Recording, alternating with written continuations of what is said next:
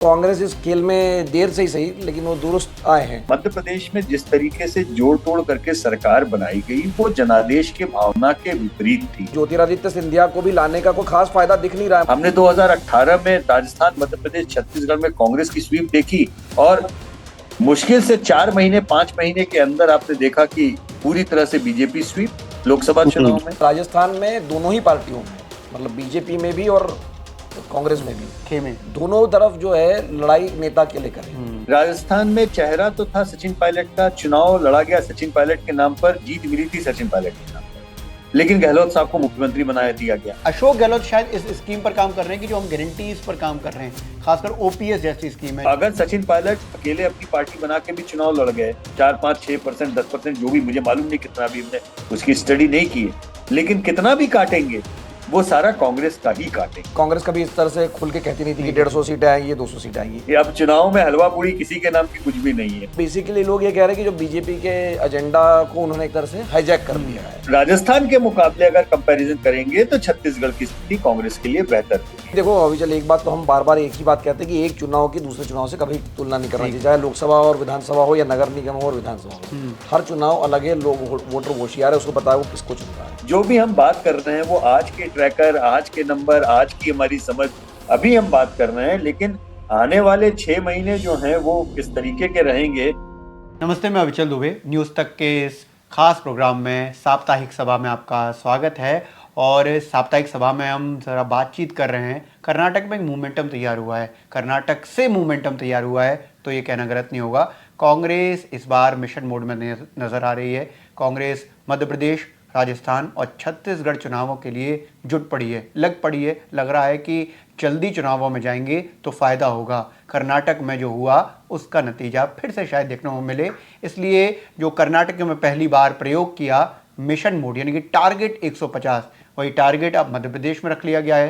राजस्थान में झगड़े सुलझाए जा रहे हैं और छत्तीसगढ़ में लग रहा है कि यहाँ तो स्थितियाँ बड़ी क्लियर हैं। लेकिन इस सब को लेकर क्या है खास रिपोर्ट, ग्राउंड रिपोर्ट, और क्या विधानसभा चुनाव सब जगह के एक से हो जाएंगे या फिर विधानसभा चुनाव का 2024 की राजनीति पर भी कुछ प्रभाव पड़ेगा? इस सब पर बातचीत करने के लिए हमारे साथ सी वोटर के प्रमुख यशवंत देशमुख जी हैं और तक चैनल्स के खास और प्रमुख यानी कि मिलिंद सर हैं हमारे साथ। मिलिंद सर, सबसे पहले आपसे और मैं यशवंत सर से ही बातचीत शुरू करूंगा कि जिस तरीके से कर्नाटक चुनाव के बाद जो मोमेंटम तैयार हुआ है, कांग्रेस लग रहा है कि उसी में तेजी बरत रही है। खास तौर पर इसकी चर्चा मैं इसलिए कर रहा हूं आपसे और यशवंत सर से क्योंकि हमने देखा कि जिस दिन चुनाव प्रचार 8 मई को खत्म हो रहा था, उसी दिन प्रियंका गांधी 7 के राज्य तेलंगाना में चली गई और अगले दिन जब चुनाव प्रचार खत्म हो गया तो 9 मई को राहुल गांधी 9 मई को राजस्थान चले गए। तो इस बार लग रहा है कि कांग्रेस जो है वो ऐसा नहीं है कि ड्राइंग रूम पॉलिटिक्स में विश्वास रख रही है, उनका है कि मिशन मोड तैयार कर लो और थोड़ा थोड़ा एक्शन में रहो तो कुछ ना कुछ तो हो ही जाएगा। नहीं, देखिए ऐसा है, इसको एक लाइन में समझिए कि कांग्रेस पार्टी मोदी जी से सीख रही है। अच्छा, तो ये जो है, ये जो एक तरह से माइंड गेम होता था कि वहाँ पर चुनाव ख़त्म हुआ यूपी में, तो रिजल्ट आने से पहले ही मोदी जी और अमित शाह गुजरात पहुँच गए जी, या वहाँ रोड शो कर दिया। तो ये एक तरह से आप एक माइंड गेम खेल रहे हो, आप ऑपोजिशन, एक परसेप्शन का खेल है ये। तो ये कांग्रेस इस खेल में देर से ही सही लेकिन वो दुरुस्त आए हैं। तो ये कोई बहुत मास्टर स्ट्रोक वाली बात मैं नहीं मानता हूँ, क्योंकि ये बीजेपी जो है ये पहले से ही करती है कि भाई चलो ये हो गया, अब अगले पर काम करते हैं। कांग्रेस सोती रहती थी कि भाई अब जब बारी आएगी तब देखा जाएगा। तो ये जो मोमेंटम या जो जागरूकता आई है वो कांग्रेस ने कुछ हद तक बीजेपी से ही सीखा, ये मेरी राय है। यशवंत आप बताइए। बाकी बिल्कुल सही कह रहे हैं आप मिलिंद, बल्कि शायद वो पेंडुलम कहीं ना कहीं कहें कि एक एग्रेसिव कैंपेन का हम लोग देखते थे। इंदिरा जी के समय में उनका बहुत एग्रेसिव कैंपेन माना जाता था और उनके नाम से कैंपेन चलता था, और उनके जाने के बाद में 84 का इलेक्शन तो एबरेशन था, मैं मानता हूं, लेकिन 84 से लेके 2014 तक का जो समय रहा, 30 साल का, उस 30 साल में इंडिविजुअल नाम से नेशनल कैंपेन कोई चला हो ऐसा लगता नहीं। वो नरेंद्र मोदी के प्रधानमंत्री बनने के प्रोसेस में और उसके बाद से शुरू हुआ और चला, और बहुत कुछ बदल गया है कैंपेन में। नहीं, इलेक्ट्रेट जो हमारे यहाँ के मतदाता हैं उनके सोचने की प्रोसेस भी मिलिंद बहुत बदल गई है।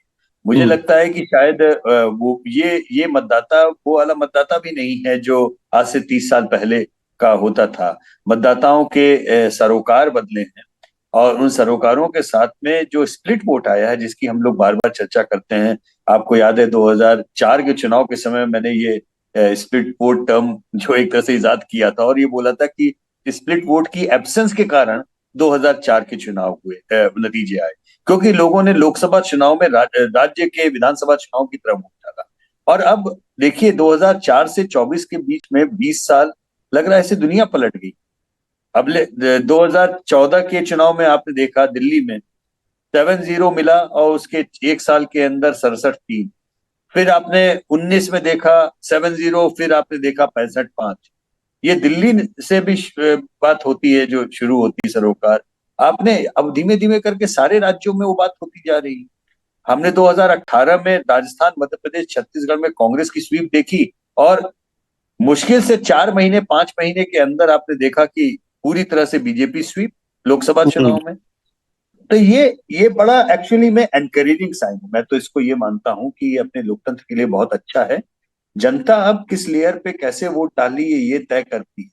तो इसमें बीजेपी शायद अभी खुश हो ले इस बात को लेकर के कि अभी उनके पास में नरेंद्र मोदी जैसा स्टार कैंडिडेट है जिसके नाम पर लोग ज्यादा वोट दे रहे हैं। लेकिन कांग्रेस अगर इसी नीति पे तैयारी करती है तो पोस्ट नरेंद्र मोदी सिनेरियो में कहीं ना कहीं मामला फंसेगा भी इस चीज को लेकर के। पहले से तैयारी कर रहे और तैयारी करने में हार ना माने, तो मुकाबला मजेदार होता जाएगा। सबसे पहले हमारे अपने राज्य मध्य प्रदेश की बात करें तो वहाँ पर क्या होता हुआ दिख रहा है आपको, मतलब जो अब चुनाव होगा इस साल के आखिर में? देखिए मध्य प्रदेश तो मिलिंद आपका गृह राज्य है, आप उस राज्य को ज्यादा बेहतर समझते हैं। लेकिन जो जो भी थोड़ी बहुत समझ और आंकड़ों के कारण मैं कहूंगा जो मेरे पास में है, वो उससे मुझे ऐसा लगता है कि एंटी इनकम्बेंसी बहुत लंबे समय की राज्य के बाद में जो आती है वो ऑलरेडी उसमें सीप इन हो चुकी है। अब उसकी काट के लिए वहां पर भाजपा के पास में दो चीजें ही रहती हैं। एक तो उनका अपना जो नेटवर्क है ऑर्गेनाइजेशन का, खासतौर पे संघ की एक ओरिजिनल जो कर्मभूमि राजनीतिक रही है वो मध्य प्रदेश रही है। सन 52 के समय से अगर आप देखें, जो शुरुआती सफलताएं भारतीय जनसंघ को मिली हैं वो दरअसल संगठन के काम के कारण मध्य प्रदेश में। तो ये उनका घर का राज्य है। अगर आप बोले, लोग गुजरात को मानते हैं, गुजरात भाजपा का घर का राज्य नहीं है। गुजरात भाजपा ने एक्वायर किया और तगड़ा एक्वायर किया। अगर भारत में कोई एक राज्य है जिसे भारतीय जनता पार्टी कहे कि ये हमारा घर का राज्य है तो वो दरअसल मध्य प्रदेश है, जहां पे सन 52 से उनके पास में ट्रैक्शन रहा है। इस नाते से वो पूरी ताकत झोंकेंगे और उनकी ताकत को कम नहीं आंकना चाहिए। मेरे ख्याल से इस बात को शायद कमलनाथ जी भी बहुत अच्छे से समझते होंगे। लेकिन एक बात मुझे जरूर मिले लगती है, वो ये कि जनता को कभी भी जनादेश का डाइल्यूट करना या जनादेश का अपमान करना या जनादेश के साथ में खिलवाड़ करना ये पसंद नहीं आता है। ये मैं मोटे तौर पे कह रहा हूं, चाहे भारत में कभी भी कहीं पर भी।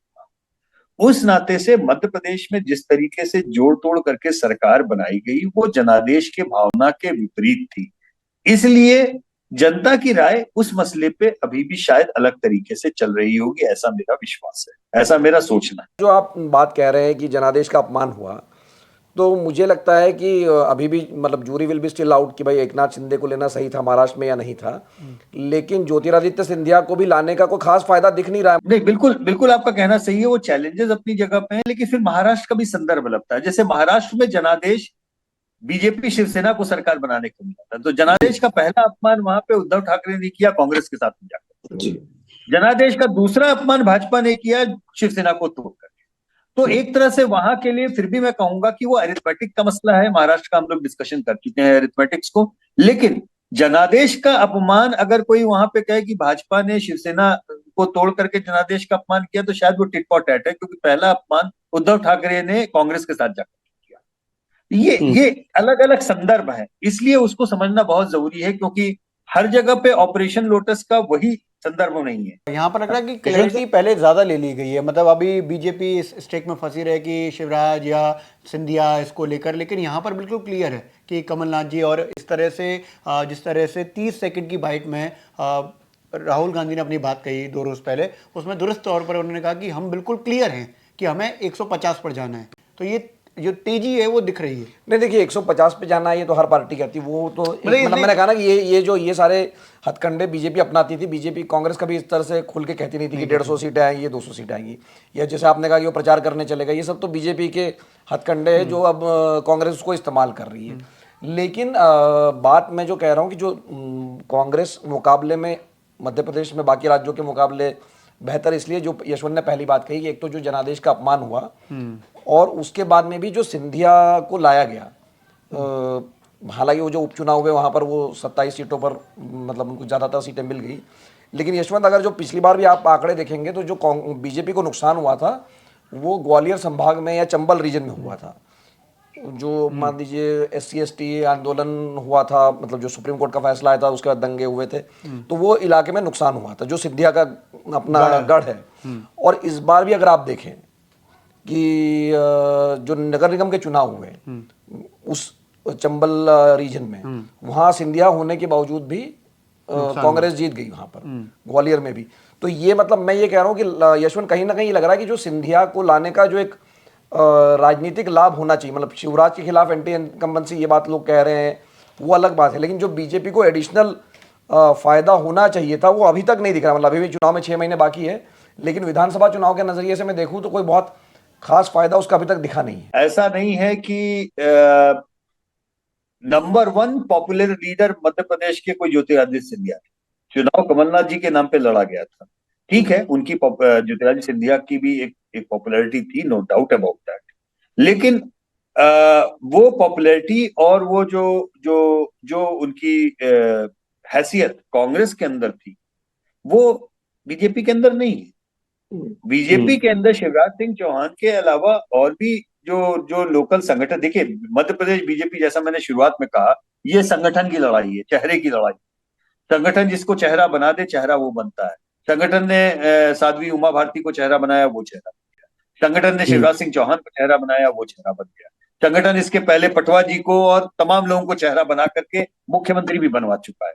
तो ये संगठन की वहां पे लड़ाई है। लेकिन संगठन के अंदर जब आप पुराने समय से चले आ रहे संगठन के अंदर नए लोगों को आप lock stock and barrel induct करते हैं, तो स्थानीय जो नीचे का संगठन है, जो पूरी जिंदगी उनके खिलाफ लड़ता आया, उनको रातों रात आप बोलें कि नहीं नहीं अब ये अपने लोग हैं और अब यहाँ पे आने के बाद में आगे टिकट इनको मिलेगा, ये स्वाभाविक सी बात है कि राजनीति में बहुत ज्यादा अच्छे से नहीं चलती।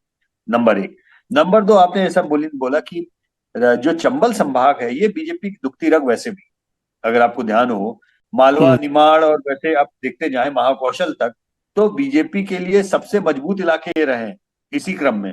लेकिन जैसे ही वो ऊपर से आते हुए बुंदेलखंड और चंबल और उधर की साइड में जैसे ही इलाका आता है, वो बीजेपी की सबसे कमजोर रग रही है। लंबे समय तक वहां पर बहुजन समाज पार्टी का भी अच्छा खासा प्रभाव रहा है, हमने देखा है मध्य प्रदेश में। लोग, आपके दर्शक बहुत सारे नहीं जानते होंगे, लेकिन बहुजन समाज पार्टी का अच्छा खासा प्रभाव रहा है। इतना प्रभाव रहा है कि लोकसभा में भी वो लोग बहुत अच्छा लड़े हैं, विधानसभा तो खैर अच्छा लड़ते ही रहे। अब की बसपा की स्थिति खराब है, वो एक अलग विषय है। लेकिन बीएसपी का जो वोट है वो कोई बीजेपी का कोर वोट नहीं है कि बीएसपी खत्म हो गई तो बीजेपी को वोट शिफ्ट हो गया। बीएसपी के खत्म होने का लाभ सीधे सीधे वहां पे कांग्रेस को मिलता है। तो ये चीजें जो है, कोई चंबल संभाग में इन्होंने इम्प्लांट कर लिया और हमारे इनका सिर दर्द खत्म हो गया, या वो एकाएक रातों रात वहां पर बहुत बड़े क्या कहते हैं वोट बैंक के मालिक हो गए, ऐसा कतई कुछ नहीं है। और समस्याएं बीजेपी के लिए गहरी हैं। इस समस्याओं में मतलब बहुत साफ मैं बता रहा हूं आपको कि अगर कांग्रेस कोई, जैसा मैं कर्नाटक के चुनाव के समय आपको मैं बार बार कह रहा था कि ये चुनाव कांग्रेस के लिए हारने का है, अगर कांग्रेस कोई मूर्खता करके जबरदस्ती चुनाव ना हारे तो आराम से कर्नाटक जीतेगी। वही बात मैं मध्य प्रदेश के लिए कह रहा हूं कि ये चुनाव कांग्रेस के लिए बेसिकली, उल्टा बोला जाता है अंग्रेजी में, it's for the Congress to lose. उसका अर्थ यह है कि कांग्रेस को बड़ी मेहनत करनी पड़ेगी कि वो चुनाव हारे। ये बड़ी मेहनत, और कांग्रेस चूंकि ऐसी मेहनत अक्सर करती रहती है, इसलिए संदेह हमेशा बना रहता है। अगर अब आप जिक्र कर रहे हैं कि ऐसी मेहनत करती रहती है, तो वो मेहनत ऐसी राजस्थान में हो रही है क्या? राजस्थान पर बात कर लेते हैं, क्योंकि अगर ये जो झगड़ा सुलझाया गया है 9वीं बार, अगर आंकड़े के हिसाब से देखें तो 9वीं बार जो है झगड़ा सुलझाया गया है, 6 महीने तक ऐसे रह जाएं तो कुछ प्रभाव पड़ेगा? कांग्रेस जो है वो कह रहे हैं नहीं, कि पर वो सचिन पायलट कहते हैं कि जी झगड़ा सुलझाए कि नहीं सुलझाए मुझे नहीं पता है, क्योंकि अभी भी जो बयान जो सचिन पायलट की तरफ से आते रहे हैं उससे ये कोई संकेत नहीं मिल रहा है कि वो झगड़ा सुलझ रहा है। तो ये तो यशवंत ही बता सकते हैं, क्योंकि दो अलग मतलब दो सिनेरियो अभी भी हमको राजस्थान में सिनेरियो क्लियर नहीं है। जैसे मध्य प्रदेश में अभी क्लियर है, क्योंकि सिंधिया बाहर चले गए तो कमलनाथ है और एक तरफ शिवराज है, मतलब दोनों तरफ कोई लीडरशिप का उस तरह से झगड़ा कम से कम कांग्रेस में नहीं है। बीजेपी में भी था, वो मेरे ख्याल से सुलझा लिया गया। लेकिन राजस्थान में दोनों ही पार्टियों में, मतलब बीजेपी में भी और कांग्रेस में भी, खेमे दोनों तरफ जो है लड़ाई नेता के लिए करें। तो ये जब तक कांग्रेस को अगर वहां अच्छा करना है तो ये झगड़ा उसको खत्म करना पड़ेगा। और यशवंत, मैं आपसे ये पूछता हूँ कि दो सिनेरियो है, सचिन पायलट कांग्रेस से अलग हो जाते हैं मान लीजिए, या वो कांग्रेस के साथ रहते हैं, तो इन दोनों सिनेरियो में क्या होगा? मतलब रहने पर, साथ रहने पर क्या होगा अगर ये सुलह हो गई फॉर रियल जिसको कहते हैं? जैसे मान लीजिए कर्नाटक में कांग्रेस ने दोनों को, शिव कुमार और सिद्धरामैया को साथ मिला दिया, अगर वैसा हुआ तो क्या कांग्रेस चुनाव जीत सकती है? और अगर सचिन पायलट बाहर निकल के कुछ अपना करते हैं तो क्या होगा दोनों स्थितियों में? देखिए, मुझे लगता है कांग्रेस ने राजस्थान से सीख ली कर्नाटक की। मुझे ऐसा लगता है, क्योंकि राजस्थान में चेहरा तो था सचिन पायलट का, चुनाव लड़ा गया सचिन पायलट के नाम पर, जीत मिली थी सचिन पायलट के नाम पर, लेकिन गहलोत साहब को मुख्यमंत्री बनाया दिया गया। अब तब से 5 साल से सिरफुटौल चल रही है। मुझे नहीं लगता कि जो 5 साल में नहीं सुलझ पाया वो 5 महीने में सुलझ जाएगा। मैं आपकी बात से पूरी तरह सहमत हूँ, अनलेस कि आज ये हो कि कल गहलोत साहब इस्तीफा देते हैं और सचिन पायलट को मुख्यमंत्री बना दिया जाए, और फिर सचिन पायलट जी की जो है मजबूरी हो जाए कि अब तो ताकत लगा करके अपने मुख्यमंत्री पद को बचाने के लिए हम चुनाव लड़े। अन्यथा जो आसार दिख रहे हैं उसमें ये बहुत ही क्षणिक वो है। अगर अगर सुलह हो भी गई है तो अब स्थिति ये है कि राजस्थान कांग्रेस चुनाव हार जाए तो सचिन पायलट की बला से, मतलब उनको क्या फर्क पड़ता है? कुछ नहीं। मतलब वो मुख्यमंत्री को, उनको कुछ नहीं हासिल हो रहा है तो पार्टी जीते चाहे हारे, उनको क्या फर्क पड़ता है? लेकिन कर्नाटक में कम से कम कांग्रेस ने राजस्थान से सीखा, क्योंकि कर्नाटक में बार बार हम कह रहे थे सिद्धारमैया 40% से ज्यादा रेटिंग आ रही थी, डी के शिव कुमार मुश्किल से 3%, कोई दूर दूर तक मुकाबला नहीं था पॉपुलैरिटी रेटिंग का। तो कम से कम इतनी गनीमत है कि उन्होंने डी के शिव कुमार को मुख्यमंत्री नहीं बनाया और राजस्थान वाली गलती नहीं दोहराई। अब आते हैं आपके राजस्थान और इनके कंपैरिजन में, जो मुझे लगता है मिलिंद शायद आपके पॉलिटिकल रिपोर्टर ज्यादा बेहतर ग्राउंड की आपको ये चीज पॉलिटिकल बात ज्यादा बता पाए, लेकिन मुझे ऐसा लगता है कि या तो सचिन पायलट अंदर भी रहेंगे तो कुछ काम नहीं करेंगे, या हो सकता है वो अलग पार्टी बना के लड़े। तो मध्य प्रदेश और राजस्थान में एक अंतर है। मध्य प्रदेश में ज्योतिरादित्य सिंधिया का जाना दरअसल कमलनाथ के लिए काम आसान कर गया, क्योंकि अब जितने गए गए, अब उनके पास में कांग्रेस का पूरा वोट है और वो अकेले लड़ रही है। लेकिन राजस्थान में सचिन पायलट का जाना काम आसान नहीं करेगा, वो कांग्रेस की सिरदर्द बढ़ा देगा। तो अगर सचिन पायलट अकेले अपनी पार्टी बना के भी चुनाव लड़ गए, 4, 5, 6%, 10%, जो भी, मुझे मालूम नहीं कितना, भी हमने उसकी स्टडी नहीं की है, लेकिन कितना भी काटेंगे वो सारा कांग्रेस का ही काटेंगे। और अगर कांग्रेस का ही काटेंगे तो वो स्टेट ऐसा है जहां पे 2, 4% के वोट पे ही वारे नारे हो जाते हैं। बहुत अंतर पिछली बार भी नहीं बचा था वोट शेयर के गैप में, मोदी जी के कैंपेन के बाद में बहुत बड़ा गैप था, 10, 12% का गैप था, अंत में आते आते घटते घटते इतना रह गया था। और मध्य प्रदेश में तो बीजेपी वोट शेयर में आगे ही निकली थी, आप भी जानते हैं, मतलब कांग्रेस को सीटें ज्यादा मिली थी। तो बीजेपी कोई कसर कैंपेन में नहीं छोड़ेगी, ये बात हम भी जानते हैं। सचिन पायलट का अलग लड़ना या कांग्रेस के अंदर रह करके कुछ भी न लड़ना, दोनों ही चीजें कांग्रेस के लिए घातक है।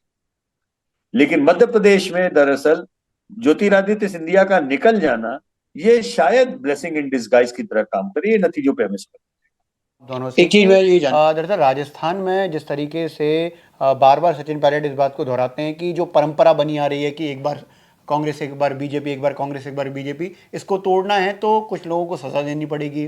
वहीं अशोक गहलोत शायद इस स्कीम पर काम कर रहे हैं कि जो हम गारंटीज पर काम कर रहे हैं, खासकर ओपीएस जैसी स्कीम है। जब मैं गया तो वहाँ पर मैंने देखा कि लोग बड़ी चर्चा कर रहे हैं कि ओपीएस बड़ी योजना है, महंगाई पर जो ये कैंप लगाए जा रहे हैं ये बड़ी योजना है। अशोक गहलोत को लग रहा है इस पर बड़ा विश्वास चल रहा है। वो कह रहे हैं कि देखो हिमाचल में भी चुनाव जीते इस वजह से, और गारंटी पर जब कर्नाटक में भी जीत गए। नहीं तो यशवंत जो बात कह रहे थे अभी कि हमारे जो रिपोर्टर्स का फीडबैक है कि ये जो गारंटी और ये जो प्रचार हो रहा है इसका अशोक गहलोत को जरूर फायदा मिलता हुआ दिख रहा है। मतलब लोगों को ये लग रहा है कि भले ही महंगाई राहत कैंप लग रहा है या आरटीएच जो भी राशन कार्ड बना, ये सब जो योजनाएं हैं अब ये मतों में कितनी तब्दील होगी हम ये नहीं जानते हैं, लेकिन ये जो जिसको आप रेवड़ी कहते हैं मान लीजिए वो उसको बांटने का एक जनता के अंदर कहीं ना कहीं मैसेज जा रहा है। पर ये मैंने कहा ना कि अभी भी राजस्थान क्लियर नहीं है। और जो यशवंत हमारी पिछले हफ्ते संजय जी से ही बात हुई थी तो उन्होंने ये कहा था कि भाई राजस्थान और छत्तीसगढ़ कांग्रेस के लिए अलग है क्योंकि वहाँ वो सरकार में है और मध्य प्रदेश अलग है। तो अब जब विपक्ष में है तो आप एक एग्रेशन के साथ चुनाव लड़ सकते हैं। राजस्थान में आप सरकार में, छत्तीसगढ़ में आप सरकार में, तो वहाँ आप अलग तरह से चुनाव मतलब आप डिफेंड कर रहे हैं वहाँ पे। तो वो एक जो फर्क है वो राजस्थान में, और चूंकि घर में ही इनके कलह है तो वो उसमें एक नेगेटिव का काम करेगा मेरी नजर से। दोनों जगह पे आप सरकार में भी हैं और दोनों जगह पे घर में दो फाड़ भी है। छत्तीसगढ़ के बारे में बहुत ज्यादा चर्चा नहीं होती, लेकिन छत्तीसगढ़ कांग्रेस में भी दो फाड़ है, ये भी ध्यान रखिए। सिंहदेव जी जो है वो पिछले 5 साल से लगातार हर 6 महीने में बात करते हैं मुख्यमंत्री बदलने की। तो वहां के मुख्यमंत्री भूपेश बघेल भले ही अपना बचा के रखने में कामयाब हैं, वो थोड़ा मीडिया भी अच्छा मैनेज करना जानते हैं, लेकिन ऐसा नहीं है कि छत्तीसगढ़ में कांग्रेस की राह बहुत आसान है और सब कुछ हलवा पूड़ी है। हलवा पूड़ी अब चुनाव में हलवा पूड़ी किसी के नाम की कुछ भी नहीं है। मेहनत तो करनी पड़ेगी और ये घर के अंदर की लड़ाई भी जो है वो उनको मैनेज करनी पड़ेगी। छत्तीसगढ़ भी है तो आपने कहा कि वहां भी सिर्फ अव्वल है, लेकिन उतनी नहीं है क्योंकि वो मैनेज कर जाते हैं। लेकिन मैंने देखा था कि जब सचिन पायलट ने अपना कैंपेन इस तरह का शुरू किया कि साहब मैं जो है यात्रा करूंगा, तो टीएस सिंह ने सपोर्ट किया, उन्होंने कहा कि ठीक है लोकतंत्र है। नहीं, पर वो तो देखिए जो यशवंत बात कह रहे हैं कि वो बघेल साहब ने उसको अपनी लीडरशिप को कायम रखा, मैनेज कर लिया, हाईकमान को मैनेज कर लिया, वो जो भी कह लीजिए। लेकिन सिंहदेव का क्लेम तो पहले से बना हुआ था और ये मतलब वो तो 2.5 साल होने पर आ ही गए थे यहाँ पर कि भाई मुझे बनाया जाए। तो ये तो अब चूंकि उन्होंने एक तरह से सेटल कर दिया है कि भाई मैं ही मुख्यमंत्री रहूंगा और 5 साल हो गए तो अब तो वही रहेंगे, मतलब अब उसमें कोई बदलाव का मतलब है नहीं। लेकिन अंतरकलह तो वहाँ पर भी है। प्लीनरी सेशन में जो महाधिवेशन में गया था तो कुछ बात करने का भी मौका मिला। जो भूपेश बघेल ने कोई स्ट्रेटजी तो काम करी, जैसे कि किसानों को लेकर जो काम किया है, कर्जा माफी है या फिर उनको जो सहयोग की बात है, तो उसमें ऐसा लग रहा है कि कांग्रेस के लिए सबसे ज्यादा छत्तीसगढ़ ही डन इन डील है। नहीं, ये देखिए डन डील तो कुछ भी नहीं होती चुनाव में, लेकिन ये बात जरूर है यशवंत की जो लोगों ने, मैं तो अभी हाल में गया नहीं छत्तीसगढ़ में, लेकिन जो लोग कह रहे हैं कि जैसे गोबर खरीदने की योजना है, तो गोधन मतलब जो मैं कह रहा हूँ कि किसानों के लिए या गो रक्षा, तो वो बेसिकली लोग ये कह रहे हैं कि जो बीजेपी के एजेंडा को उन्होंने एक तरह से हाईजैक कर लिया है, भाई राम का नाम ले रहे हैं। तो मैं ये कह रहा हूँ कि जो जो हथियार बीजेपी के पास हो सकते थे उसको उन्होंने अपनी तरफ कर लिया है। तो ये नहीं है कि जितनी बुरी स्थिति मान लीजिए राजस्थान में है उतनी वैसी स्थिति छत्तीसगढ़ में नहीं है। राजस्थान के मुकाबले अगर कंपैरिजन करेंगे तो छत्तीसगढ़ की स्थिति कांग्रेस के लिए बेहतर होगी। मतलब आप रैंकिंग में बोलेंगे तो शायद मध्य प्रदेश, छत्तीसगढ़, राजस्थान, ये उस तरीके से कांग्रेस के लिहाज से आप रैंकिंग करेंगे। लेकिन कई बार वैसे मैंने देखा कि जो प्रचार है या जिस तरीके की स्थिति होती है उसमें बहुत रोजी पिक्चर छत्तीसगढ़ की कई बार सामने आती है।